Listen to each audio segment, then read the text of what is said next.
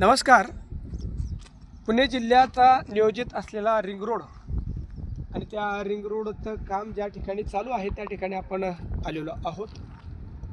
पुण्यामध्ये जायचं म्हटलं तरी नाके नऊ येतात आणि पुण्यातून बाहेर निघायचं म्हटलं तरी त्या ट्रॅफिकमुळे माणसांना नाके नऊ येतात. असा पुण्याचा जो ट्रॅफिकचा प्रश्न आहे, गर्दीचा प्रश्न आहे, दिवसांदिवस बिकट होत चाललेला आहे. जो प्रवास एक 15-20 मिनिटाचा व्हायचा त्याला कधी कधी 3-3, 4-4 तास लागतात. आणि अशी ही वाहतूक कोंडी जी आहे ती फुटण्यासाठी जवळपास 50 वर्षापासून नियोजित असलेला आणि प्रलंबित असलेला हा रिंग रोड आता याच्या कामाला सुरुवात झालेली आहे. श्री क्षेत्र आळंदी देवाची तिथून 1 किलोमीटर पुढे असलेल्या हनुमानवाडी, त्या हनुमानवाडीच्या परिसरामध्ये या रस्त्याला सुरुवात झालेली आहे. आपण इकडे बघू शकतात की हा जो डोंगर आहे पाठीमागलचा, हा खंडोबाचा डोंगर या ठिकाणी म्हणतो आपण त्याला. खंडोबाचं मंदिर त्या ठिकाणी, आणि तिथंही रोड फोडण्यात येतोय. रोडचं काम चालू आहे. आणि दुसरा रोड आपण इकडे पूर्वेकडे जर पाहिला तर संत श्री ज्ञानेश्वर महाराजांचा जी जमीन आहे 300-400 एकर जमीन, त्या जमिनीतून सुद्धा तिथं सुद्धा एक फॉरेस्ट्री आहे. आणि जवळपास 400-500 एकरची ती पुढे वर पठार आणि तिथं असलेले ते फॉरेस्ट्री आहे. तिथून हा रस्ता जाणार आहे. 110 मीटरची याची रुंदी आहे आणि 170-75 किलोमीटर लांबीचा हा रस्ता आहे. पुण्यामध्ये आणि या सगळ्याच पुणे परिसरामध्ये आज माणसं या वाहतुकीने बेजार झालेले आहेत. आणि घराच्या बाहेर निघायचं म्हटलं की नको नको होऊन जातं. परंतु आता बऱ्याच दिवसानंतर या रोडला मुहूर्त मिळालेला आहे आणि अनेक ठिकाणी कामं चालू आहेत. त्यापैकी या आळंदीच्या परिसरामध्ये सुद्धा या रिंग रोडचं काम साधारणतः आपण बघू शकतात की 2-3 किलोमीटरचा हा जो भाग आहे, 2 किलोमीटरचा असेल. या 2 किलोमीटरच्या भागामध्ये या कामाला सुरुवात झालेली आहे. आणि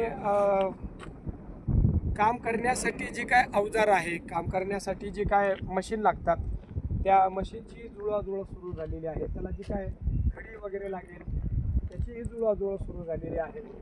काम जर तसं पाहिलं तर जोरात जलद गतीनं सुरू आहे असं नाही, परंतु मुहूर्त तर लागला आहे किंवा सुरुवात तर झालेली आहे. हळूहळू हे काम सुरुवात होईल. आपण बघू शकता की ही सर्व जी जागा, नियोजित जी जागा आहे रोडची, ती आवार करण्यात आलेली आहे, ती सवान करण्यात आलेली आहे. जी जागा आहे ती निश्चित करण्यात आली, त्याची सीमा निश्चित करण्यात आलेली आहेत.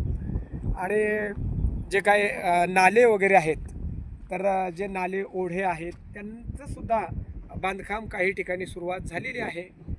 आणि पुढं आपण बघू शकतात की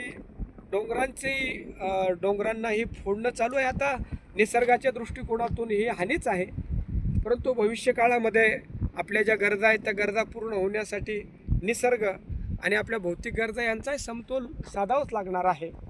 तर असं सगळं मिळून या कामाला सुरुवात झालेली आहे. आणि 2 वर्षामध्ये हा रस्ता पूर्ण होईल अशा प्रकारच्या सूचना, अशा प्रकारचं जे आश्वासन देण्यात आलेलं आहे. पण आता बघूया आपण, सरकारी कामं आहेत. 2 वर्ष म्हटले की त्याचे 3ही वर्ष होऊ शकतात, 4ही वर्ष होऊ शकतात, मध्ये काही अडचणी त्याच्यामध्ये येऊ शकतात. परंतु आपण आता वाट बघूया की लवकरात लवकर हा रोड पूर्ण व्हावा आणि एका गर्दीच्या विळख्यामध्ये सापडलेलं जे पुणे आहे त्या पुण्याला एक मोकळा श्वास घेता यावा, त्यासाठी या रिंग रोडची योजना करण्यात आलेली आहे. तर तो लवकरात लवकर पूर्ण होऊन या रिंग रोडवरूनच आपल्याला एकाच वेळी, जर छत्रपती संभाजीनगर असेल, इकडं नाशिक असेल, मुंबई असेल आणि बेंगलोर असेल, एकाच वेळी एकाच ठिकाणाहून आपल्याला या सगळ्या जिल्ह्यांमध्ये पुण्यामध्ये प्रवेश न करता बाहेरच्या बाहेर प्रवास करून आपल्याला जाता येईल. तर आपण आता वाट बघूया की लवकरात लवकर हा रोड पूर्ण व्हावा आणि आपल्याला याच्यातून प्रवास करता यावा. रोडला साधारणतः शुभारंभ झालेला आहे. काम हळूहळू जरी चाललं असलं तरी होईलच.